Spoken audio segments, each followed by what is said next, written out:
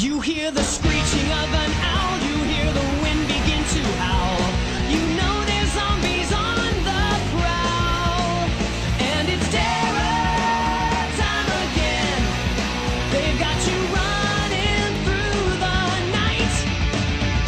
It's terror time again, and you just might die of fright. It's a terrifying time.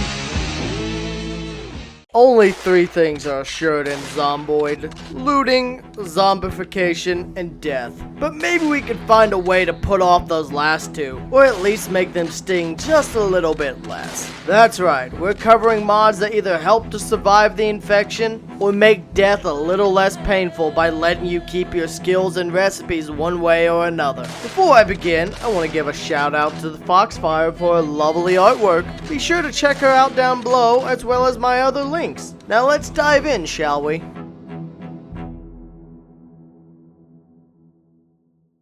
There must be a way to resist and fight off the infection, right? Well, with the Antibodies mod from Lone Game Dev, now there is. Once infection begins, your body will enter several stages, in which your immune system will attempt to fight off the infection with the production of antibodies. Keep in mind that during the early and late stages of the infection, your body's ability to fight off the infection is slower and weaker, much like the creator says. During these stages, your body's slow to react, as it has to identify this entirely new strain of illness and hopefully combat it, or in the case of the late stages, your body's been worn down and it's fighting against a full-strength virus. But once it's started and once the infection ramps into its middle stages, the stages where you start to get queasy or even nauseous, then your body starts to fight back hard. If your body's antibody production manages to overtake the infection, then you've won. You won't succumb this time. To help your body fight the infection though, you're gonna need to take it easy. You're gonna have to eat up, which will boost your body's healing abilities and ability to fight the infection. You're also gonna need to keep your negative moodles to a minimum. Read books, smoke cigarettes to fight off the anxiety,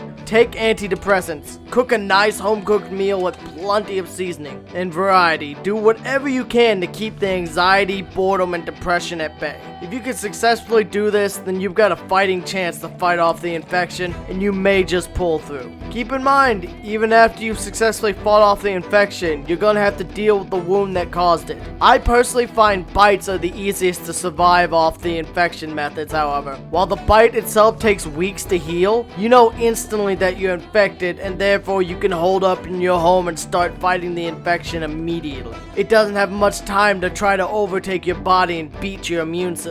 While a scratch or a laceration could be mostly healed, but without you knowing that it's infected you with the zombie virus until it's already starting to ramp up. Now let's move on to another potential way to defeat the virus, but one that doesn't require your immune system to do all the work, but you're gonna have to do a lot more work to compensate.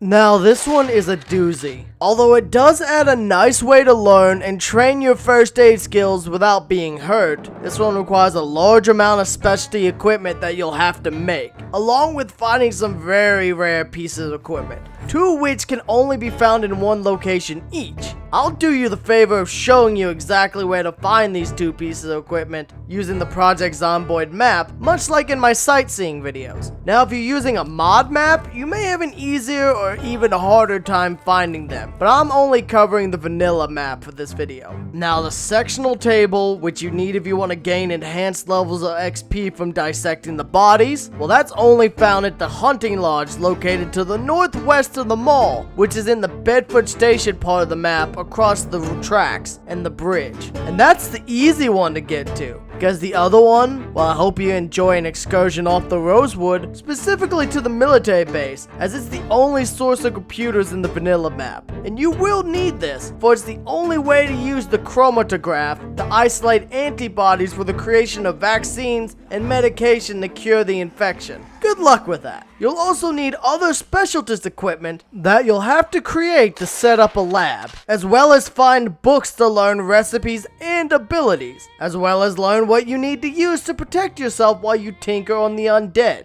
You'll also need a variety of chemicals that'll be used in the different vaccines, research, and medication. Now back to the book issue, this mod commits the sin of requiring way too goddamn many magazines to fully use the mod. You have to track down 6 magazines if you want to fully use this mod, as well as 2 specialty pieces of equipment that are only found on opposite ends of the map.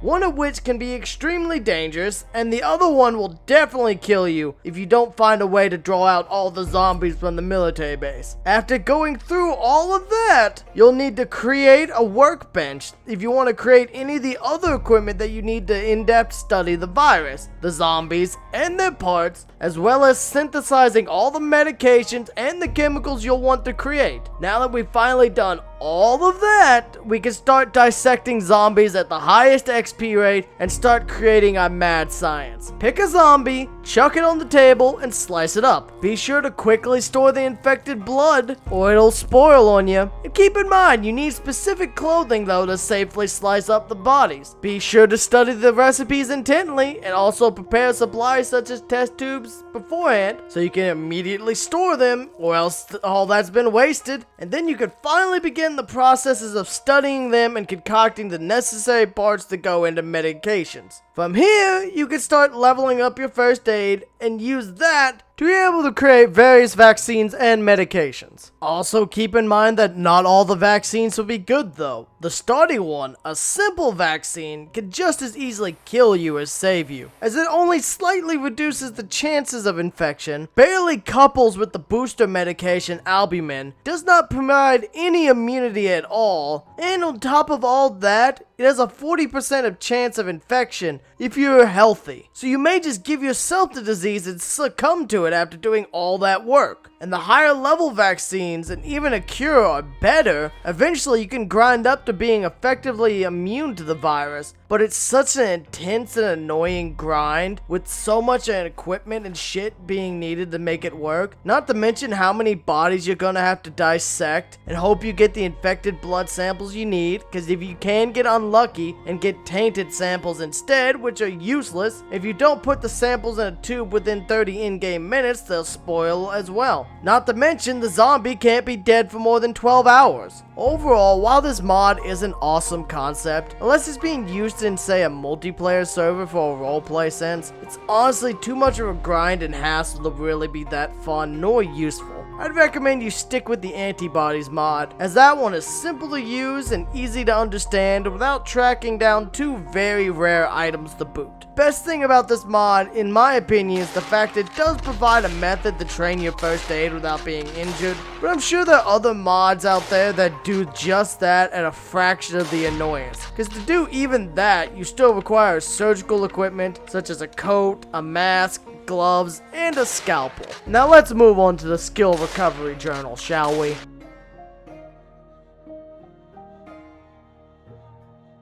This one is pretty cool, and I find it pretty lore friendly as well, as it feels like this is the way a survivor would attempt to pass on their knowledge. This mod lets you construct a bound journal using leather strips, either of the 2 glues available in game, a journal or a notebook found in the world, and finally thread. Use these pieces together to craft the journal, and once this journal's created, you can use any writing utensil, such as one of the varieties of pens or pencil, to scribe down all of your character's skill knowledge down in the book. Once you've done this, then all your new character has to do is find a way back to wherever you stashed the book for safekeeping and read it. Keep in mind that the skills do take some time to restore via reading, especially as you get higher in the levels, as it has to restore larger amounts of XP each level, which is how the mod grants you these levels back, by giving you whatever XP you had in those skills at the time of recording. This is a nice mod, Chuckleberry Finn. I like it, and I think this is a good way to keep going in a late game world without starting back off with no skills or just restarting with a new world.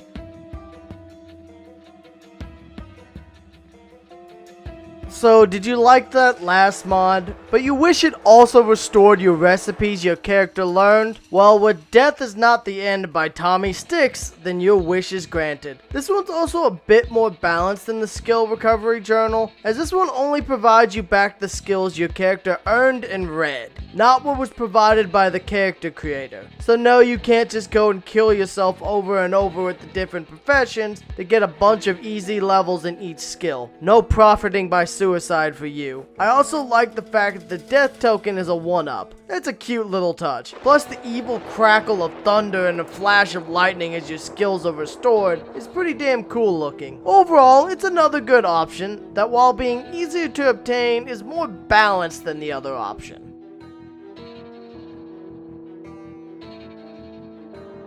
This mod, created by B, is supposed to respawn your character completely as they were before death. Minus, you know, the wounds that killed them, of course. Basically, to use this mod, all you have to do is die and hit next repeatedly. It'll overwrite the character that would have been.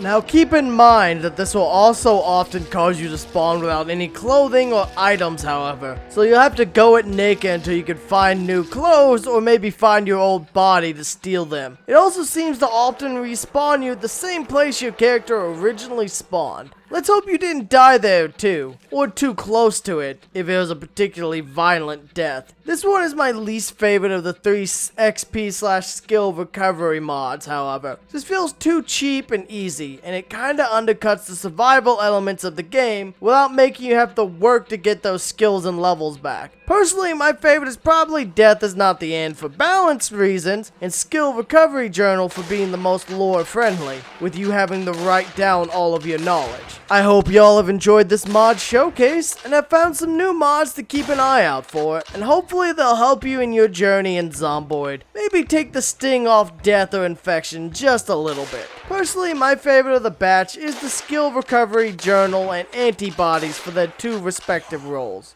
This has been Core, and I'd like to thank you for watching the video and supporting the streaming and content. Thanks for tuning in and supporting me, both down below and the artist as well. And I'll see you next time.